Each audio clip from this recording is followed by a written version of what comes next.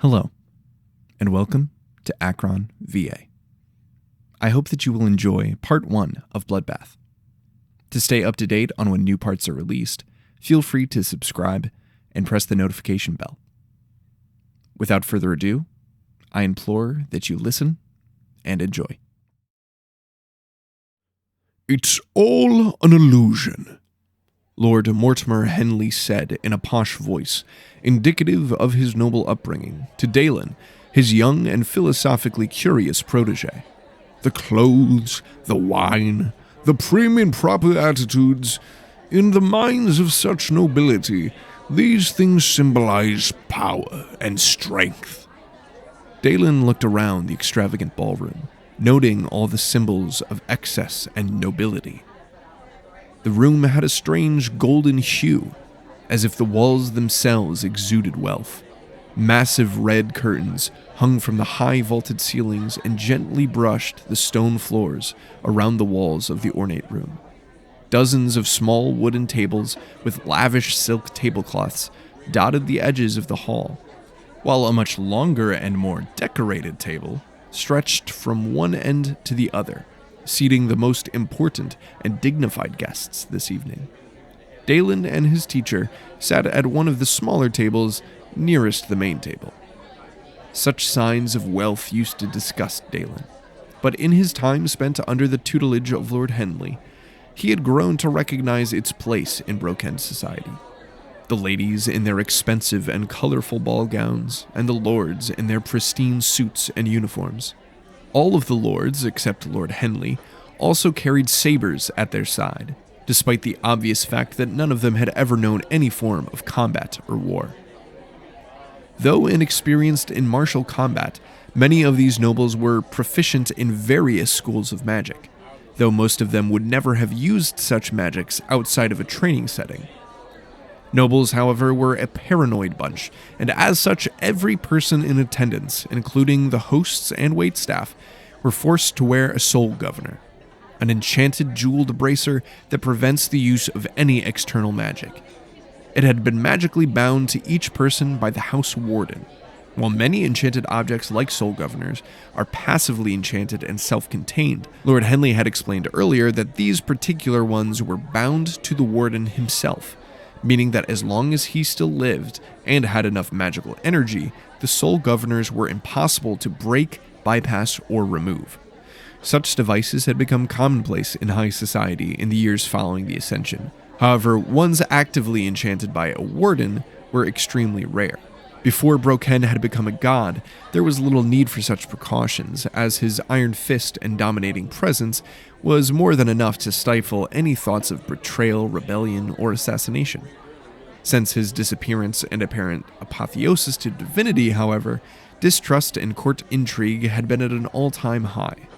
Part of the reason Dalen had requested to become Lord Henley's ward was to learn more about how a government built on the back of one man, however extraordinary that one man might have been, could still operate for so long after that man was no longer in the picture, and also how their fear of their emperor and current reverence to their new god changed how they acted and operated. Dalen knew that Broken's apotheosis had occurred centuries before, but after studying the histories and beliefs of their founder, he struggled to believe in him as a god, especially since no prophet or oracle or anyone who claimed spiritual authority had been able to prove communion with him since. And yet, the Broken Empire, or at least its remnant, still stood as a symbol of order and power throughout the spheres. This gala was Dalen's first opportunity to watch the inner workings of the system that had kept the Broken Empire running. Lord Mortimer Henley's reason for attending this party, however, was very, very different. "My lord, you obviously hold disdain for the way the rest of the nobility act. Why do you engage in the same practices that you find so repugnant?" Dalen asked, his tone slightly cautious, trying his best not to challenge or offend his teacher. "My boy, you have a very inquisitive mind which I greatly admire in you. I, like yourself, am a philosopher at heart. It's not about being right and them being wrong. Such things are for scholars. No, philosophy is about understanding all aspects of life and society, and then challenging others' perception of it. I stand up to the other nobles in my own way. However, this is an age of diplomacy, not philosophy. For us to bring about change to the whole, we must do so from the inside, one small step at a time. Mortimer sighed, seeing the disappointment on Dalen's face, and began swirling his glass of wine in his hand as he considered what to say next. I know you want to change the world, and I believe that one day you shall. But before you can do that, you must understand. Not just your own convictions, but the convictions and reasons of everyone who you would serve and oppose. Only then can you truly rise above to become something greater. I know, Dalen said, but I just can't help but feel that we could be doing so much more than attending parties and balls. Dalen, I hate these events as much as you do, maybe even more, but they do serve a vital purpose. This is where all the nobility gather to make secret alliances and plot against one another. My appearance here shows them that we are still a political threat, and that they will need more than a few underhanded deals to take me down. They will assume that I have alliances of my own, and that gives us leverage to continue our work. Mortimer looked up from his glass of wine and across the ballroom floor. Besides, this party in particular is of particular interest to me and to your training as my ward. It is? Dalen asked, sipping the water that he had poured in a wine glass at the beginning of their meal. Indeed. I have it on good authority that an assassination attempt will take place tonight. Pfft! Dalen caught himself from spitting out water in disbelief. Against you? No, of course not. Many of my fellow nobles dislike me, but I don't have enough influence to be that big of a threat. In honesty, I'm not entirely sure who the target is. And though this attempt will inevitably fail, seeing the lengths that the nobility are willing to go to in order to accomplish their goals, and also how the nobility react to such an ordeal, is important to any seeking to understand our culture in all of its facets. So you brought me to a party where there will most likely be a deadly assassin present for the sake of training. Precisely. I'm glad you understand. Now, my boy, let's use this as an opportunity to further our understanding, and potentially even catch a killer, which may in turn further our own political standings as well. When Lord Henley had invited Dalen to a high society ball, this wasn't exactly what Dalen had in mind, though it did present an interesting situation. Philosophers at their core were investigators, tasked with discovering the mysteries of the heart, the mind, and the universe as a whole. Surely he could put his skills to use in this situation as well, couldn't he? Okay, Dalen said reluctantly. What do we know about this assassin? Woefully little, I'm afraid. Though there were rumors that they could be a sanguine or a blood zealot. Wouldn't the soul governors prevent them from using their power? Their external powers, yes, but sanguinism and hemomancy are both very proficient at boosting the internal abilities of their users, making them extremely strong and resilient. Oh, lovely. I thought you said that this assassination attempt would be from one of the other noble houses. Why would they work with heretics? Many nobles will do anything to accomplish their goals, even heresy. Now, if you were a blood mage or vampire, how would you get into a high society gala that employs warden-enforced soul governors? Dalen thought about this question long and hard. He then glanced at the glass of wine still resting in Mortimer's hand. Sanguines still need blood to utilize their power. I don't know much about hemomancy, but I would assume the same is true for them as well.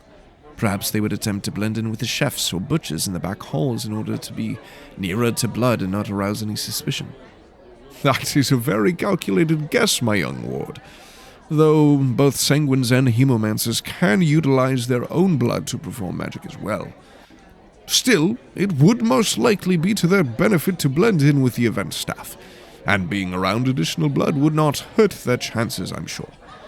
Very well, We shall start our investigation in the back halls and in the kitchen." Tatarin waited, lined up against the wall, facing the hulking Orden house steward, who the others called Grimace, most likely due to the massive scar separating part of her top lip from the rest of her uncanny, tusked smile.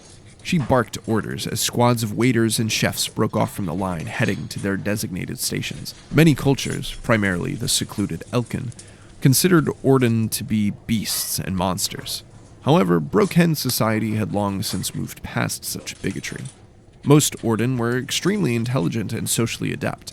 Their society had been one of the most steadfast and secure throughout the ages, and their master architects and engineers were proof of their intelligence and ingenuity.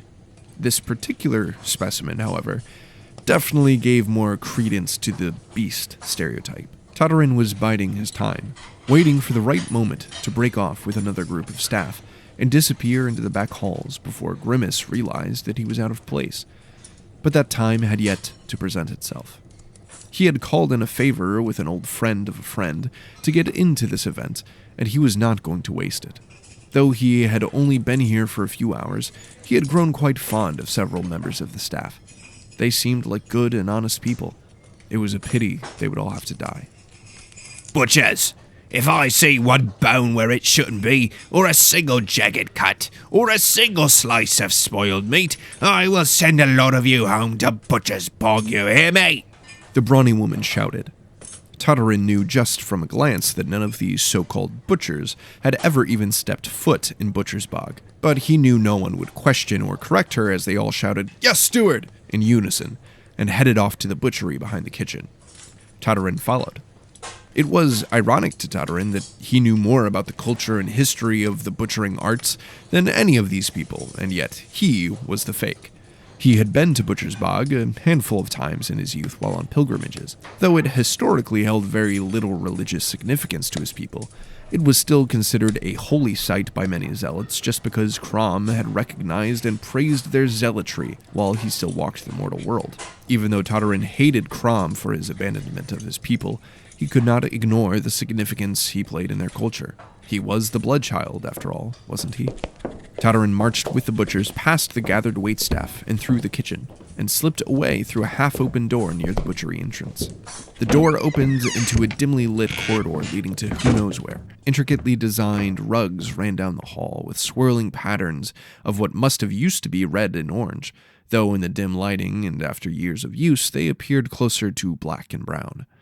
Wallpaper that was equally detailed and ugly in Tatarin's eyes created a strange psychedelic tunnel leading into the unknown darkness. Part of him wished he had done more reconnaissance and memorized the floor plan, but in the end it wouldn't really matter once he began. The warden had made sure that there would be no way in or out of this place, and with the soul governors he should be able to make short work of anyone and everyone that got in his way. He traced the wall with his hand as he walked quietly down the hall. He breathed deeply, feeling his blood quicken and heed his call. He pushed against the walls of his mortal form, trying to push his consciousness past himself, but to no avail. These governors were more effective than he had given them credit for. He settled for pushing blood to his head, his nerves, his eyes, ears, and nose, increasing his senses tenfold compared to that of a regular human. He kept pressing forward until he eventually came upon a door to a men's washroom, where a poor, unsuspecting guard was whistling a tune while relieving himself. Tatarin reached up to the house emblem pin on his apron. It was a small bird with outstretched wings sitting atop the figure of a sleeping lion. It was the symbol of the noble house, whose name he never learned, that was throwing this secret party. Luckily for him, the tip of the bird's wings were extremely sharp. He had made sure of it. He thrust the end of his index finger against the tip of the wing, and blood began to gather around it and drip down the golden pin. He lowered his hand and allowed the blood to coagulate off his fingernail as it slowly dripped, forming a razor-sharp spike like an icicle on his finger. He held his breath and stepped into the washroom, alone with the whistling guard. And so it begins. Martonis sat alone at his table in the corner of the ballroom, picking at the assortment of olives and cheese before him with a small wooden toothpick. He glanced around at the other guests, noting which ones might actually know how to wield the sabers at their waists, concluding on the fact that none of them would be much of a formidable opponent. Yet he still mentally documented which ones could potentially pose a threat if their apparent ineptitude was simply an act. It pays to be careful, and to never underestimate anyone, especially in this line of work. Throughout the night, no one had approached him, and he was okay with that. Martonis liked being left alone, even though in reality, he was never alone. He was always there. Keeper, said a deep and demonic voice from within the depths of Martonis' mind. Yes, he whispered quietly so that the other guests could not hear him. I smell blood, the voice shouted. It's a feast. There's bound to be all kinds of blood from the meat in the kitchen. Human blood. Martonis' heart skipped a beat. Why couldn't this just be an easy job? There was always something. When he had been assigned to infiltrate this event, he thought it would be a nice change of pace. He might even get to relax. Boy, was he wrong. Show me. With those words, Martonis' shadow, that had been resting on the floor and dancing from the flickering chandelier overhead, sprang to life. It began to grow and move independently from Martonis' body and the room's light. In an instant, it took on a solid form, and its endless, burning red eyes burst to life. This creature stood nearly 9 feet tall, covered completely with rippling and flowing shadows. These shadows came to 3 points at the top of its form, the center one holding those hellish eyes. It had been decades since the binding, but Martonis still hadn't fully gotten used to seeing Reaper's true form. The Reaper nodded to Martonis and then sprang out into the wide hall, swimming through the air like an eel, leaving a trail of shadow with red streaks from its eyes. In a moment, it crossed the hall, passing through, under, and around people and tables in its way, though nothing sensed or acknowledged its presence. It was a Phaeton, after all. Only extremely gifted seers who were specifically looking into the veil would be able to spot it unless it chose to reveal itself. Martonis closed his eyes as his world turned black and then blindingly red. And then, when he opened his eyes, he was seeing through the eyes of Reaper, ducking in and out of rooms, passing hidden through walls and doors. And then he saw it, a body, lying on the floor of the staff's washroom. He closed and opened his eyes again, returning to the table where his body sat. He stood up, exhaled a long sigh, and began to walk.